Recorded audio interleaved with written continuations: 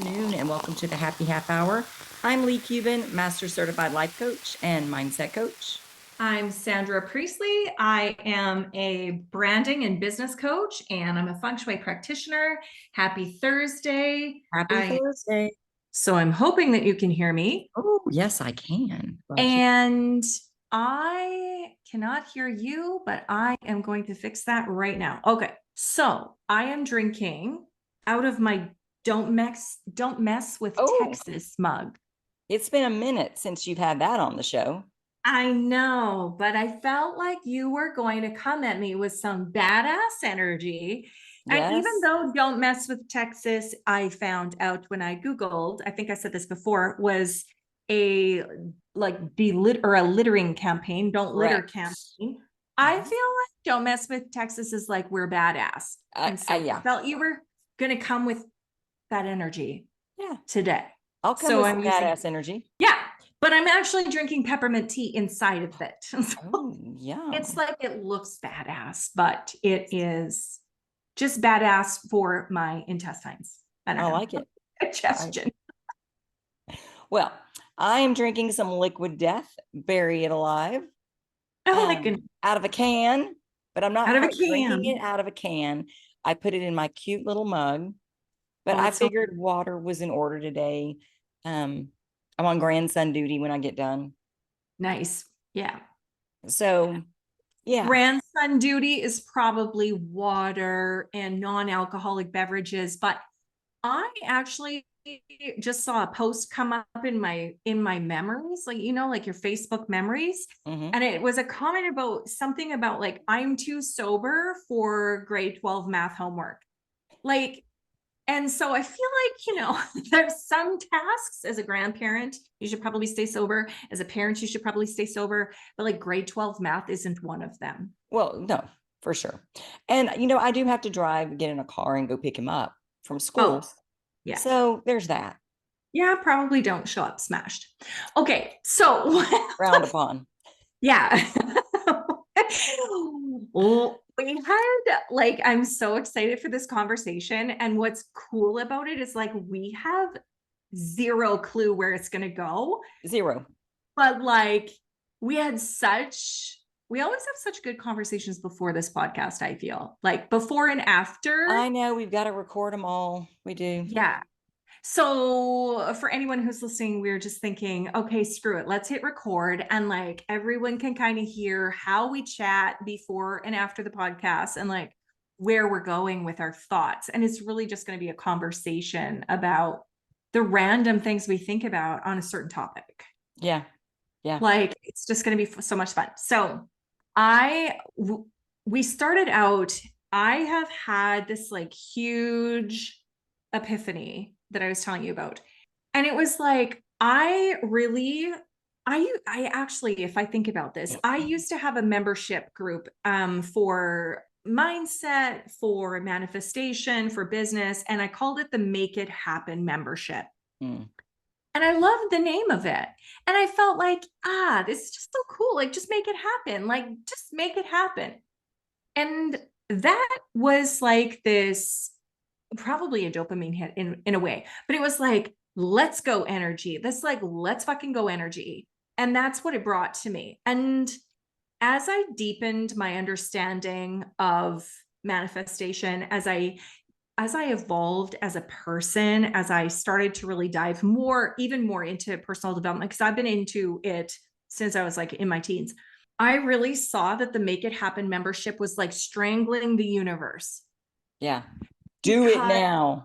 Do it now and do it in this way. And I'm going to control absolutely everything to make it happen. Yeah. And I feel like I've known this for years, but especially from like January on, I've embodied it. Like now it's like, oh, wait a minute. I'm not going to make anything happen. I'm going to set a goal. I'm going to visualize that goal. I'm going to set that intention and design my home and like wear my heels and just be in that vibration of where I want to be. Point in the direction and go that way.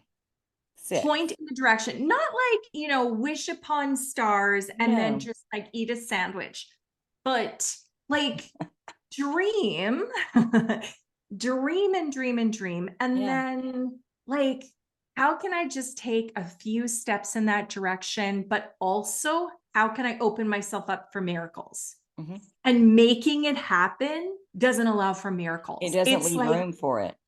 No, because when we like surrender and we just get into flow and we surrender to whatever happens and we believe in the magic and we allow for the magic and we sit in the receiving, it's just like, how many ways can this happen? Yes. And part of being in the receiving mode is listening. When we have the nudge, turn here, go in this store, call this person, email this person. Like we get those nudges. And when we act on them, that's where the fucking magic is. Yes. Because and that's how this podcast started. And that, see? Yes. It was like, it was a thought and an impulse and I'll call her in a minute. And I swear my inner being was going, call her now. Like it was such a strong pull that literally I got in my car and it was Chris that I called because I thought before I talk to Sandra about this, I want to make sure Chris is good with this. And she's like, absolutely. That sounds amazing. And when I got off the phone with her, I was pulling in my garage and I sent you a message. And then you messaged me right back going, oh my gosh, I was just thinking about you. And we were back and forth. And you said, do the podcast with me.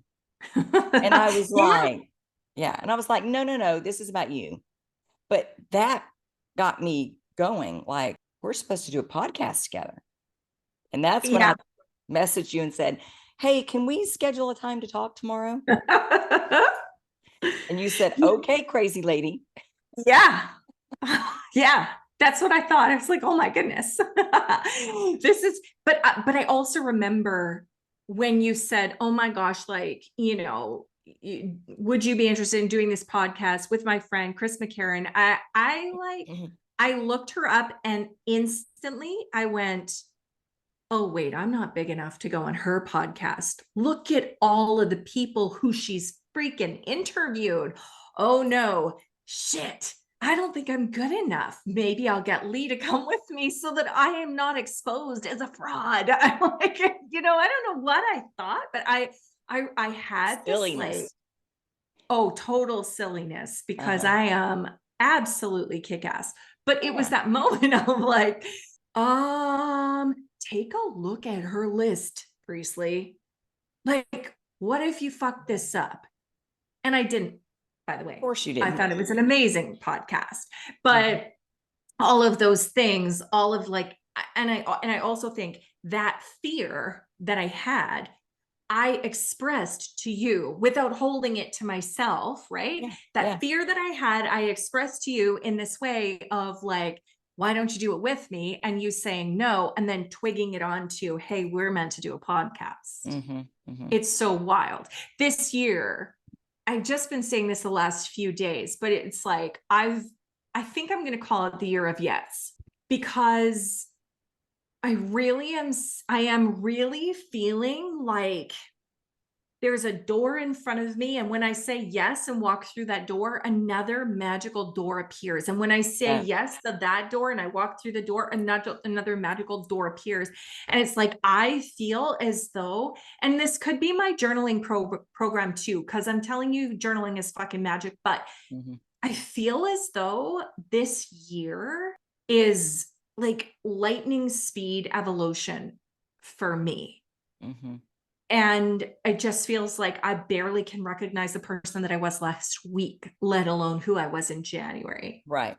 You know, and it's just been magical. And it's all been about me releasing control and just sitting in allowance. Because that's where our power is. When we are trying to control every situation and turn it into something, that there's no magic there. Exactly. Because we cannot conceive of what is possible out there for us.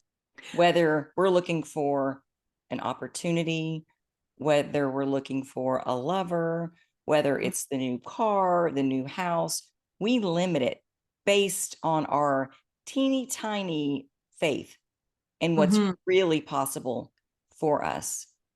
And realistic, right? Oh, like we're it's very realistic. like, Let's be smart about this instead of what's out there. When Paul and I were buying our first house, I was pregnant with Lily, and we found this cute little house that had a beautiful rose garden and a nice little backyard. It was 2-story and it was kind of cramped, and I was not in love with it, but it was in our budget and we were like in a hurry. And I had the house floor plan that I really wanted, but it was $20,000 outside of our budget. And in those days, that was a lot of money. And so that seemed like a pipe dream. And we find this house, we put the down payment on it. We're going through the whole process and getting the inspection and doing all this stuff. And the day before that, we've got a timeline that we can cancel it and get our money back. Cancel is not the right word. There's a word for it. I don't remember. It's been a long time. But we've got this timeline that we can say, nope, we're backing out. He comes home that night from work, white, and he said, I just lost my job. Oh my gosh. They just laid me off. And so we're going, okay, do we buy the house, hope you get another job, live on savings until you do? If you don't get another job and lose the house and our savings, what are we going to do? Like, it just, wow. And we're like, the smartest thing that we can do here is back out. So we called, backed out, told them what was going on. The owners were like, we will hold it for you until you get another job. Like, they really wanted us to have this house. Wow. And we're like, no, just try to sell it. It's not meant to be. And here's the thing. It was on Battle Creek Lane. Oh. And this was before, no, this was not before. This was at the beginning of my feng shui journey. This was at the beginning, but it didn't click with me. But now looking at it, like, why the hell would I ever live in a house on Battle Creek Lane? Like, no. Right. So we backed out, and Paul immediately got a job. And then we were like, well, we didn't really have to back out. Like, we'd been fine because he didn't really miss a beat.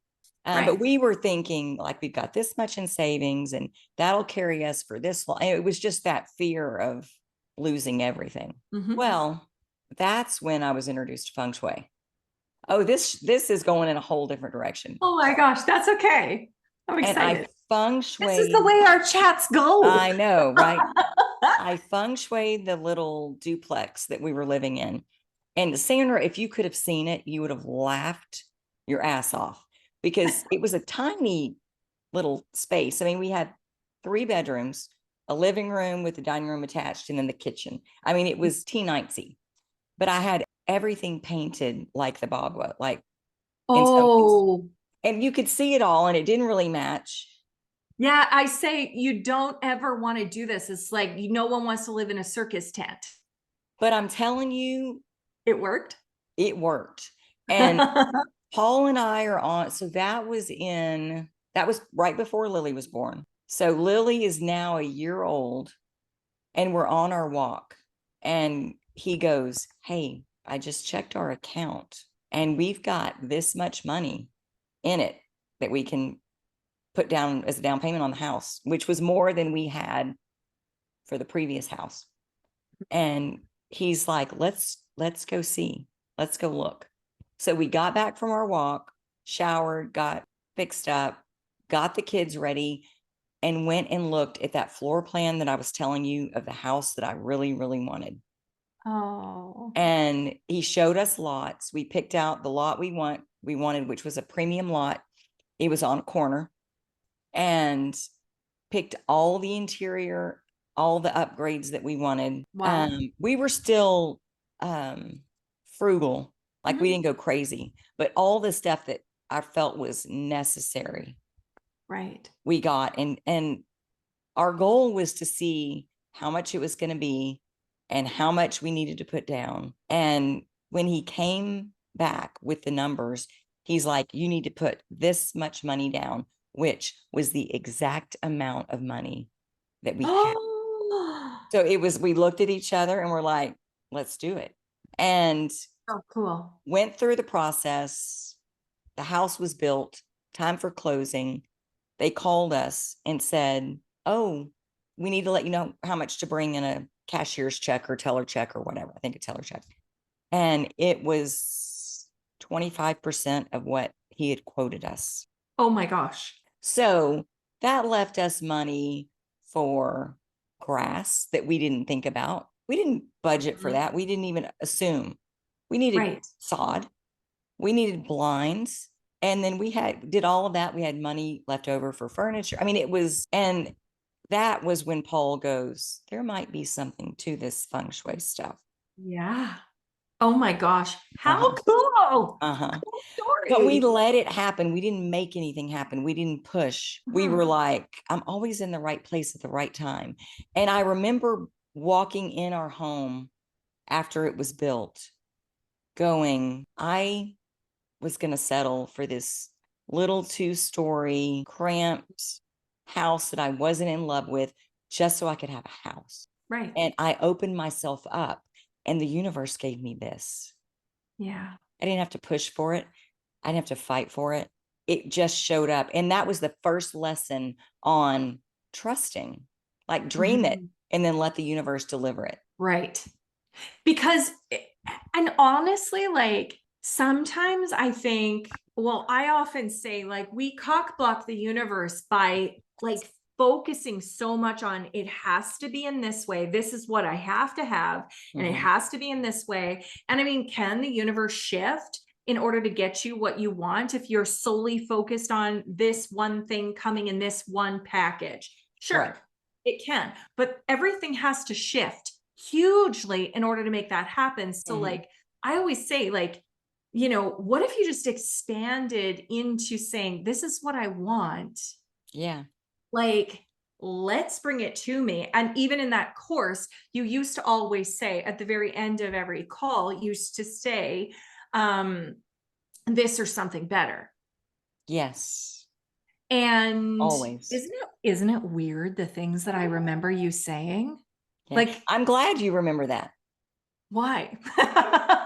Because that is huge. When we can say, I want this or something better.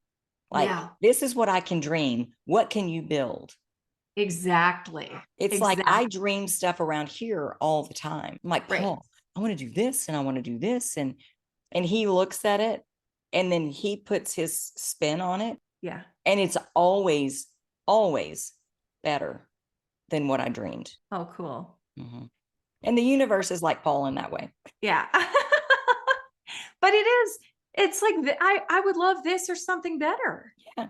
Like how amazing. And I've just really embodying it now. It's not that I didn't know it. It's not that I didn't try to practice it, but now it's like, it feels like it's stitched into my every being, like every cell of my being. It's just like, how can I open up for miracles? How can I open up for magic? And, you know, like, I often, like when I'm talking to any of the clients that I'm working with, and we talk about like, let's say if you're going to practice manifestation and you want to practice like finding a quarter.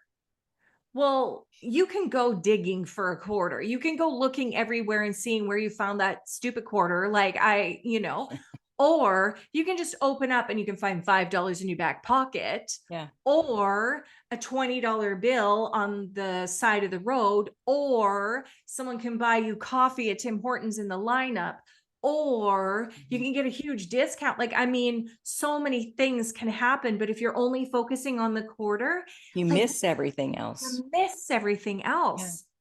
Yeah. And that's kind of what it's just like, I just feel it to my very core. This is what I love or something better. And the magic is like, the excitement for me is like, ooh, how is God and how is the universe going to provide this to me? Yeah. because it's coming. How is this? Let How it is in. this happen? It's the year of yes. Where's the next door? Yeah. This is exciting. Yeah. And I don't know, am I a slow learner? Like but seriously, I mean, I knew this intellectually. Mm-hmm. But I think in many ways, I was always practicing in this in some aspects of my life, or I was having to remind myself of this in some aspects of my life. But I feel as though 2023 has been where I don't have to practice it. Right. It's It more just a natural. feels natural. Yeah. Yeah. Well, In all areas. and Shay learned that lesson with her new car. Absolutely. You know, that, and every time that happens, it's like a core memory where when something else happens, we can go, okay, last time something that was seeming not to be going my way happened, it wasn't the end of the world like I thought it was going to be. It turned out to be this amazing blessing. Right. Not that it was necessarily easy to go through in that moment, because sometimes it's not that easy to go through, but on the other side of it, you can see the blessing in it and what it brought you and the clarity. Absolutely. And I feel, and maybe this is it, is that I always knew this intellectually. I always eventually got there. But for me, and this is what I say to my clients too, is like, for me, it's to, when you go down, to not stay, like to stay there for less time and go down less often. Yeah. Like when you go down the rabbit hole, try not to go down. Like the goal is to not go down as deep and to come up for longer periods of time. Because we're all going to go down there. Like we're all going to. Well, and Abraham calls those step one moments. Right. And that's when it's, what do you want?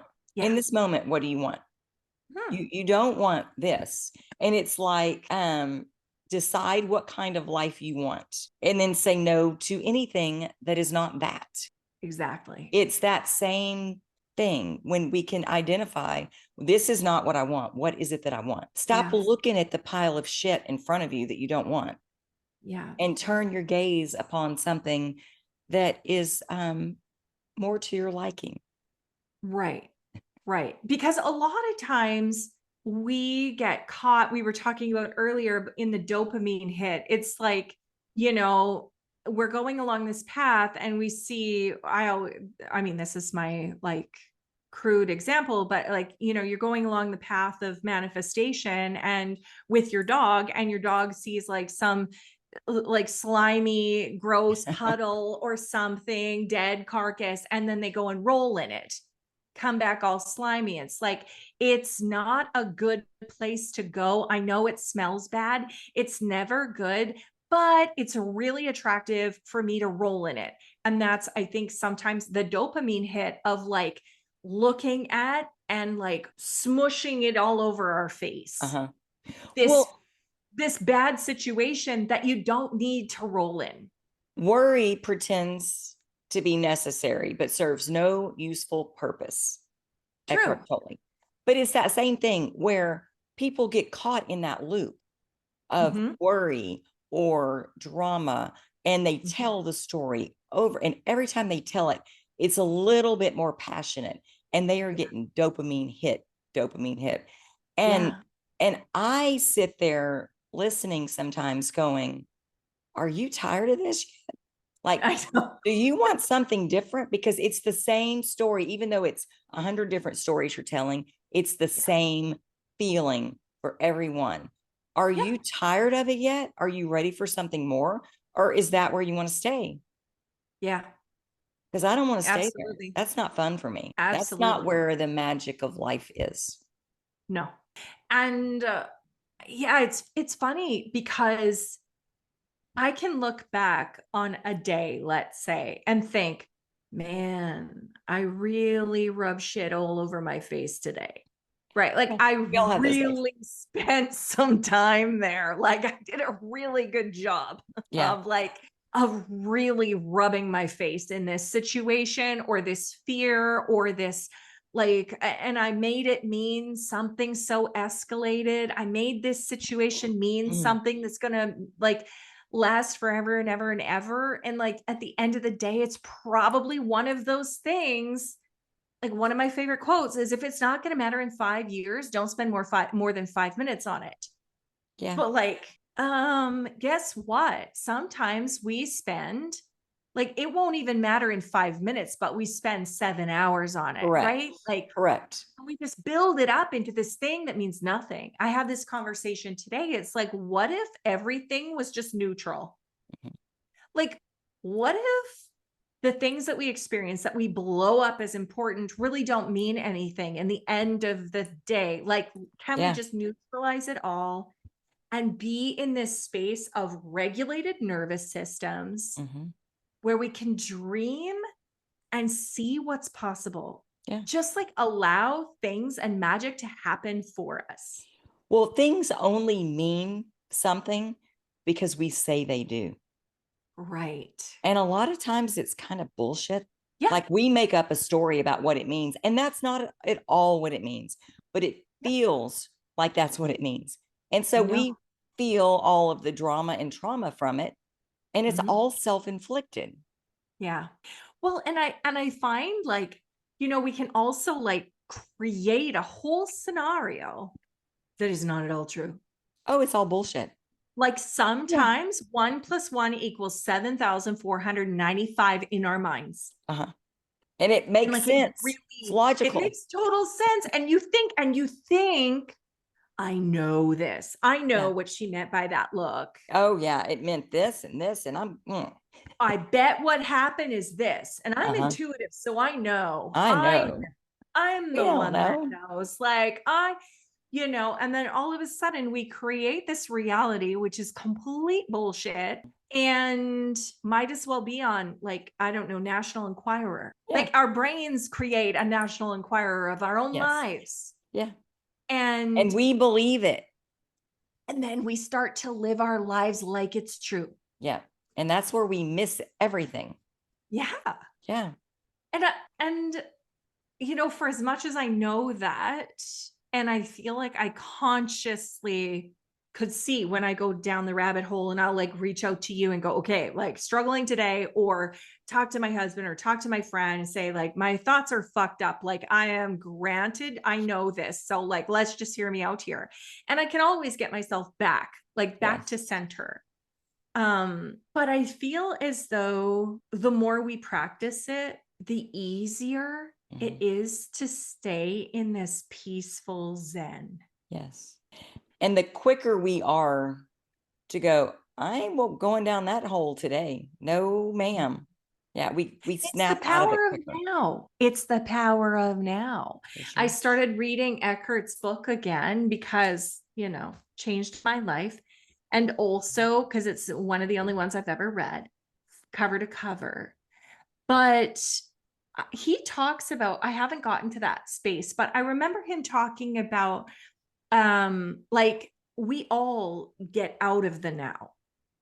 Like we all do. And it's just, the pain body takes us back. Like we have a situation that triggers a feeling, and that feeling is related to something else that happens in the past. And bam, our thoughts go awry. Yeah. And so it's like this, I don't know. I get such power from that book, but it's just like this understanding of like just being fully in the present right now, and not creating some false narrative of what the future is going to be like, and not dwelling in the guilt of what happened before or didn't happen or you didn't do. Yeah. Like today, we are right here, right now. Here, right now. And I think we talked about this last week, but it's just so impactful. Like, because if we would live our day like that every day, and being excited about the future instead of fearing it. Absolutely. What if this and what if this? Yeah. I also try to never judge myself when I go back down. You can't. I mean, you because can, but you shouldn't. You can, but you shouldn't. Yeah. Yeah. But it's like, because then you compound it, right? Like then you have a feeling, you don't like the feeling, and then you feel guilt about the feeling. It's like you super glue it to your face. Oh yeah. And then that's your point of attraction. Yes. Yeah. Which is not the point of attraction we want. No. And It's with so that, magical. we're out of time. I know. See? Of time. Okay. This has been your moment with Sandra and Leigh before the podcast. This is how it feels, right? This is exactly how it feels, because it was like a blink. Yeah. So, oh my gosh, fun. thank you, Sandra. This was so much fun. It was. And thank you guys for joining us. We will see you next Thursday on the Happy Half Hour. Bye.